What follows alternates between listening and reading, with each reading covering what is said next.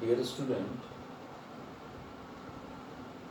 I expect all of you are fine. आज हम लोग यंग का द्विछिद्र प्रयोग के बारे में स्टडी करेंगे। देखिए, सबसे पहली बात हम ये जान लें कि कला संबद्ध स्रोत यानी कोहेरेंट सोर्स ऑफ लाइट क्या है। देखिए, कहता है दो प्रकाश स्रोत कला संबद्ध स्रोत कहलाते हैं यदि उनसे निकलने वाली प्रकाश तरंगों का आवृत्ति अथवा तरंगदैर्घ्य क्या हो, समान, या उसका इनिशियल फेज डिफरेंस सेम, या उसका फेज डिफरेंस 0। क्लियर है? अब देखिए, ये जो यंग्स डबल स्लिट एक्सपेरिमेंट है ये कला संबद्ध स्रोत से ही रिलेटेड। होना क्या है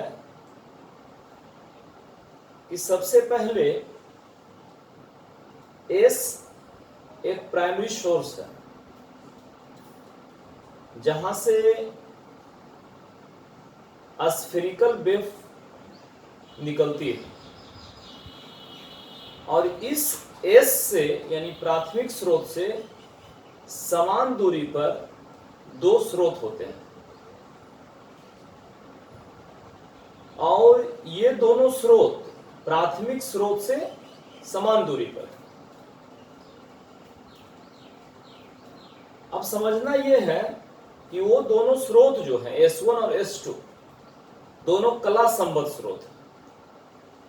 क्यों? क्योंकि ये S1 और S2 जो है ये प्राथमिक स्रोत से उत्पन्न किए जा रहे हैं। अब होता क्या है कि S से स्फेरिकल वेव फ्रंट निकला, और S1 और S2 जो स्रोत है वो क्या बन गया, सोर्स ऑफ सेकेंडरी डिस्टरबेंस बन गया। अब वहां से सेकेंडरी वेवलेट निकला, और सेकेंडरी वेवलेट निकलकर आगे की ओर बढ़ा, और जब ये आगे की ओर बढ़ा तो वहां सुपरपोजिशन होता है उसका, या आप उसको कह सकते हैं अध्यारोपण होता है। और अध्यारोपण जब इन दो प्रकाश तरंगों का होता है तब हमारे पास ये घटना होती है हमारा इंटरफेरेंस की। तो आज हम लोग इसी पर चर्चा कर रहे हैं। देखिए, सबसे पहले ये आपका ये पैरेलल रे है, पैरेलल रेज है। अब इसका वेव फ्रंट की बात करेंगे। ये हमारा पैरेलल वेव फ्रंट बन जाएगा। ये वेव फ्रंट क्या है, रे का परपेंडिकुलर होता है। अब देखिए, समझने वाली बात होगी कि हमारा एक सोर्स है, हमारा ये S, ये हमारा प्राइमरी सोर्स है। ये रे दिखा दीजिए, ये हमारा प्राइमरी सोर्स है। ये जो प्राइमरी सोर्स है वो हमारा इल्यूमिनेटेड है, यानी प्रदीप्त है एक वर्णीय प्रकाश से। एक वर्णीय प्रकाश माने एक कलर का लाइट आपको यूज करना है, एक वर्णीय प्रकाश। आप लाल यूज कीजिए, हरा यूज कीजिए, आपको जो भी यूज करना है, ये एक वर्णीय प्रकाश यूज करना है। क्लियर है? अब क्या है, ये जो सोर्स है हमारा, ये हमारा प्राइमरी सोर्स है। कैसा सोर्स है? प्राइमरी सोर्स है। इस सोर्स से समान दूरी पर दो सोर्स और बने हुए हैं हमारे पास।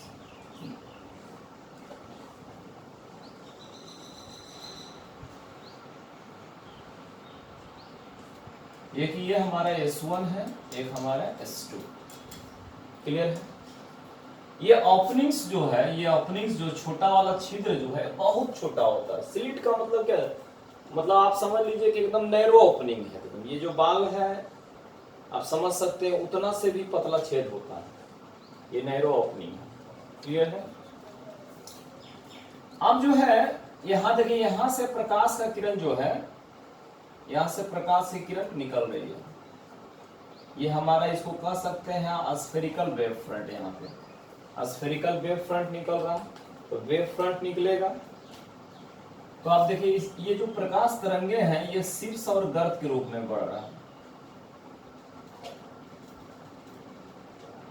ये आप अगर डीप लाइन को शीर्ष के लिए यूज करते हैं तो डॉट लाइन को आप गर्त के लिए यूज कर सकते हैं। शीर्ष मैंने क्रेस्ट और डॉट लाइन मतलब ट्रॉप, इसके लिए यूज कर सकते हैं। अब देखिए प्रकाश की किरणें इसी रूप में आगे बढ़ रही है।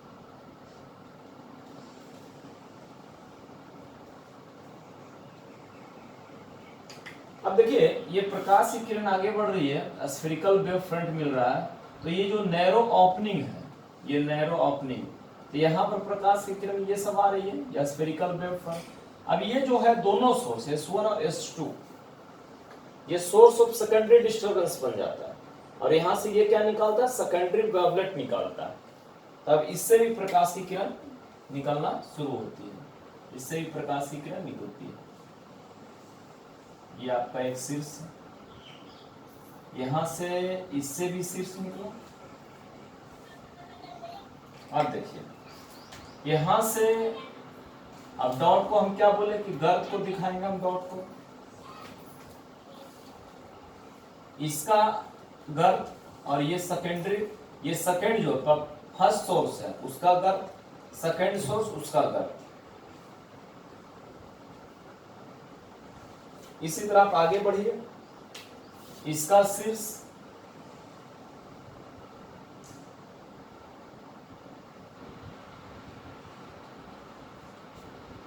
इसी तरह फिर आगे बढ़िए, ये यानी S1 का गर्त,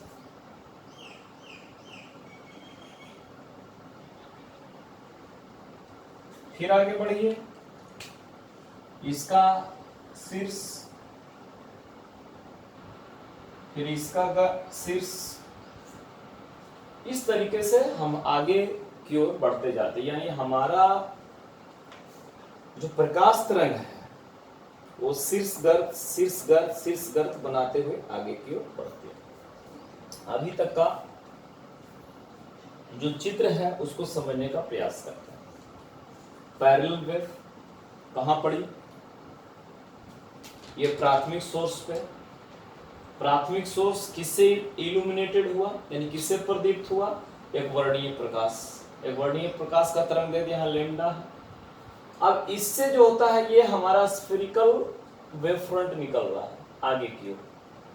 अब इससे ठीक समान दूरी पर दो प्राथमिक, दो स्रोत S1 और S2 रखे हुए हैं,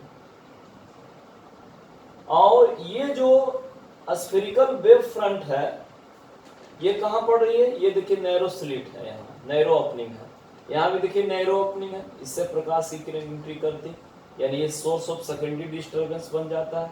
अब यहाँ से सेकेंडरी वेवलेट निकलता है। अब सेकेंडरी वेवलेट कैसे निकलता है, शीर्ष गर्त शीर्ष गर्त शीर्ष गर्त के रूप में आगे की ओर बढ़ता जाता है। क्लियर है? आप अगर लेना है डिस्टेंस भी ले सकते हैं कि भाई ये दोनों के बीच का जो दूरी है छोटी डी है, आप यूज कर सकते हैं। इस एक्सपेरिमेंट में क्या होता है कि पर्दा भी होता है, जहां हम सुपरपोजिशन, जब हमारा प्रकाश तरंग करती है तो पर्दे पर हमारा bright dark bright dark bright dark इस तरह से हमारे पास फ्रिंजें प्राप्त होती है। अगर हम जो ये एक वर्णीय स्रोत है, अगर हम लाल रंग का ले लेंगे तो हमारा जो ब्राइट फ्रिंज होगा वो कैसा होगा, लाल रंग का बनेगा। दूसरा जो फ्रिंज होगा वो ब्लैक बनेगा। अगर ये हरा कलर यूज करते हैं तो हमारा जो ब्राइट फ्रिंज होगा वो हरा कलर का होगा, फिर हमारा काला होगा डार्क फ्रिंज। इस तरह से हम फ्रिंज ऑब्टेन करते हैं। क्लियर है? अब हम आगे की ओर बात करेंगे। देखिए अब इसका थ्योरी का क्या कहता है वो समझिए। कहता है जब प्रकाश तरंग यानी दोनों स्रोत से S1 और S2 से निकलकर शीर्ष गर्त बनाते हुए आगे की ओर बढ़ती है, तो जब दोनों प्रकाश तरंगों का शीर्ष अथवा गर्त एक साथ पड़ती है, एक साथ मिलती जुलती है, एक साथ इंटरफेयर करती है, तो वहां क्या होता है कि परिणामी जो प्रकाश तरंग है उसका जो आयाम ज्यादा हो जाता है, जो पिछले क्लास में हम बताए। और जब आयाम ज्यादा होगा तो उसका तीव्रता भी ज्यादा हो जाए, क्योंकि प्रकाश की तीव्रता जो होता है समानुपाती होती है आयाम के वर्ग का। तो इस केस में अगर आप देखेंगे तो इसका आयाम ज्यादा हो गया, यानी इस प्रकार जो व्यतिकरण पैदा होगा वो हमारा संपोषी व्यतिकरण पैदा। और संपोषी व्यतिकरण जब पैदा होगा तब हमारा कौन सा घटना होगा, वहां होगा क्या, जो परिणामी प्रकाश तरंग है उसकी तीव्रता ज्यादा हो जाएगी वहां पे। इस प्रकार वहां चमकीली यानी ब्राइट फ्रिंज प्राप्त होगी। एक तो आपने देखा। इस केस में क्या होता है, संपोषी के केस में क्या होता है, अगर आयाम की बात करते हैं तो A=A1 + A2 हो जाता है। A क्या है, परिणामी प्रकाश तरंग का आयाम। A1 क्या है, यानी सोर्स S1 से जो प्रकाश तरंग निकल रही है उसका आयाम। A2 क्या है, सोर्स S2 से जो प्रकाश की किरण निकल रही है उसका आयाम। क्लियर है। और इस प्रकार देखेंगे इसका जो तीव्रता होता है आयाम के वर्ग का क्या होता है, समानुपाती होता है। क्लियर है। अब देखिए इसमें क्या होगा, कहता है कि शीर्ष से मिले या गर्त से मिले तब वहां क्या होगा, ब्राइट फ्रिंज प्राप्त होगा। देखिए यहां देखिए गर्त से मिल रहा है, शीर्ष से मिल रहा है, गर्त से मिल रहा है, शीर्ष से मिल रहा है। इस प्रकार आप देखेंगे तो यहाँ जो है ये अगर O ले लेते हैं तो ये मिडिल जो है ये ब्राइट हो जाएगा, चमकीला हो जाएगा। अब आप देखिए कि आगे क्या होता है। अब कहता है यदि एक प्रकाश तरंग का शीर्ष दूसरे प्रकाश तरंग के गर्त पर पड़ती है तब वहां क्या होगा कि आयाम जो हो जाएगा एक दूसरे से घट जाएगा। उस केस में परिणामी प्रकाश तरंग की तीव्रता क्या हो जाएगी, न्यूनतम हो जाएगी उस केस में। यानी तो वहां जो व्यतिकरण बनेगा वो बनेगा हमारा विनाशीकारी व्यतिकरण। क्लियर है। उस केस में यहां जो होगा A बराबर हो जाएगा A1 और ± A2, तो यानी A1 - A2 हो जाएगा, आयाम घट जाएगा। क्लियर है। देखिए अब इसको यहां कंडीशन समझिए। देखिए यहां से ये आपका क्या है, ये आपका क्या है, ये आपका गर्त है, ये आपका शीर्ष है, ये आपका शीर्ष है, ये आपका गर्त है। तो आप शीर्ष को गर्त से मिला दीजिए। देखिए इसको देखिए यहां मिलेगा और ये जो है ये आपका देखिए यहां मिला, इस केस में यहां पे आ गया आपका, और ये देखिए यहां मिला। तो इस केस में आप देखेंगे यहां देखिए, यहां गौर से समझिए, ये लाइन जो है, ये जो लाइन है डीप वाला, ये शीर्ष को शो कर रहा है। देखिए हम यहाँ कहीं शो कर रहे हैं, ये क्या कर रहा है, शीर्ष को शो कर रहा है। ये जो डॉट हम यूज कर रहे हैं ये गर्त को शो कर रहा है। ध्यान से देखेंगे, अगर डीप से मिलेगा तो क्या होगा, ब्राइट फ्रिंज, और अगर डीप डॉट से मिला तो हमारा कैसा हो जाएगा, डार्क फ्रिंज प्राप्त होगा। तो देखिए ये डीप जो है, ये डीप जो है डॉट से मिला हमारा, यहाँ देखिए डीप जो है डॉट से मिला, तो यहाँ देखिए हमारा, यहाँ देखिए दो जगह, यहाँ हमारा डार्क फ्रिंज प्राप्त हो जाएगा इस जगह पे। क्लियर है।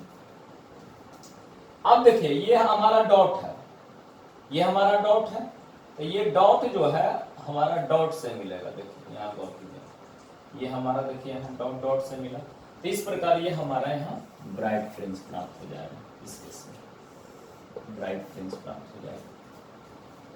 अब देखिए ये हमारा कैसा है, ये देखिए ये डीप है, अगर हमारा डीप से मिलेगा, देख लीजिए अगर हमारा डीप से मिलेगा, अगर हमारा ये डीप से मिलेगा, फिर हमारा कैसा फ्रिंज प्राप्त हो जाएगा, डीप। देख लीजिए ध्यान से देखेंगे, यहाँ देखिए ये डीप है, डीप से मिलेगा ब्राइट फ्रिंज, ये डीप है, डीप से मिलेगा तो हमारा ब्राइट फ्रिंज। अब आप देखेंगे कि हमारा क्रम क्या है। देखिए यहां देखिए डार्क ब्राइट, ये क्रमानुसार मिलेगा। ये हमारा पहले मिडिल हमारा ब्राइट है तो डार्क है तो ब्राइट, यहां देखिए मिडिल ब्राइट डार्क ब्राइट, ये क्रमागत फ्रिंजें प्राप्त होती है। तो ये क्रमागत फ्रिंज है जो हमारा डार्क है ब्राइट है, डार्क है ब्राइट है, ये फ्रिंज जो है व्यतिकरण पैटर्न बनाती है। क्लियर है? और इससे हम पर्दे पर प्राप्त करते हैं। क्लियर है आपका ये कॉन्सेप्ट? और भी आप इसको बना सकते हैं, आगे बढ़ा सकते हैं। अगर आप आगे बढ़ाना चाहिएगा तो बढ़ा सकते हैं, इसमें जितना आगे खींचना है आप खींच सकते हैं। इस तरीके से आप यंग्स डबल स्लिट एक्सपेरिमेंट पर काम कर सकते हैं। थोड़ी बात हम फिर से बताने का प्रयास करते हैं। हम इसको रिकैप कर देते हैं एकदम छोटा सा। सबसे पहले क्या है, एस एक प्राथमिक स्रोत है। क्लियर है? अब ये स्रोत जो है एक वर्णीय प्रकाश से प्रदीप्त है जिसका तरंगदैर्घ्य लैम्डा है। अब इस S से समान दूरी पर दो प्रकाश स्रोत S1 और S2 हैं जो कला संबद्ध स्रोत का कार्य करते हैं। यानी कला संबद्ध स्रोत का मतलब कि वैसे प्रकाश स्रोत जिनका कलांतर समय के साथ नियत रहता है। क्लियर है? और उनसे निकलने वाली प्रकाश तरंगों का आवृत्ति अथवा तरंगदैर्घ्य समान होता है। क्लियर है? तो हमारा दो प्रकाश स्रोत दोनों S1 और S2 दोनों कला संबद्ध स्रोत है। अब क्या होगा कि इन दोनों स्रोतों से प्रकाश की किरण जब निकलेगी तो वो शीर्ष और गर्त बनाते हुए आगे की ओर बढ़ेगी और ये दोनों प्रकाश तरंग, इससे निकलने वाली प्रकाश तरंग और इससे यानी S1 से निकलने वाली प्रकाश तरंग और S2 से निकलने वाली प्रकाश तरंग, दोनों का सुपरपोजिशन होगा यानी अध्यारोपण होगा। तो सुपरपोजिशन के बाद क्या होगा कि अगर हमारा शीर्ष से मैच करेगा या गर्त से मैच करेगा तो हमारा समपोषी व्यतिकरण बनेगा, यानी कि परिणामी प्रकाश की तीव्रता वहां अधिकतम हो जाएगी, वहां आयाम ज्यादा हो जाएगा। और जब दोनों प्रकाश तरंगों का एक का शीर्ष और दूसरे का गर्त मिलेगा तो उस केस में परिणामी प्रकाश तरंग का तीव्रता क्या हो जाएगा, वहां न्यूनतम हो जाएगा और आयाम वहां घटेगा। इस तरीके से वहां हमारा डार्क फ्रिंज प्राप्त होगा यानी विनाशीकारी व्यतिकरण होगा। इस तरह से अगर हम इन फ्रिंजों को हम अगर पर्दे पर प्राप्त करते हैं तो मिडिल फ्रिंज जो होता है, सेंट्रल जो फ्रिंज जिसको कहते हैं, वो ब्राइट होता है। उसके बाद क्रम से डार्क ब्राइट, इस तरह से क्रम से ये फ्रिंजें प्राप्त होती हैं। ये क्रमागत फ्रिंजें जो है हमको पर्दे पर प्राप्त होती है। ये हमारा यंग्स डबल स्लिट एक्सपेरिमेंट करता है। क्लियर? आपको हमने फॉर्मूला भी बताया था संपोषी में A=A1 + A2, विनाशीकारी में A1 - A2।